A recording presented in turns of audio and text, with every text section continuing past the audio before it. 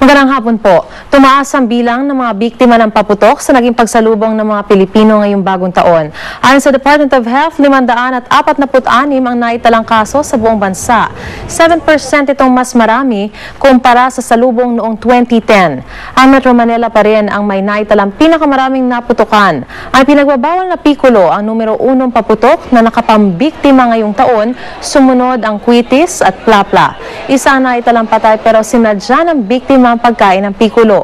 Base rin sa datos ng DOH, 58% sa mga biktima ng paputok ay active users o sila mismo ang nagsindi ng firecrackers. 38% ang nasa impluwensya naman ng alak. May naitala ring 20 biktima ng ligaw na bala.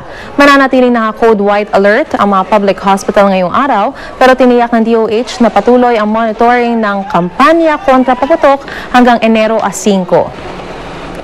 Mula sa Tahanan ng Katotohanan, ako po si Mariz Umali.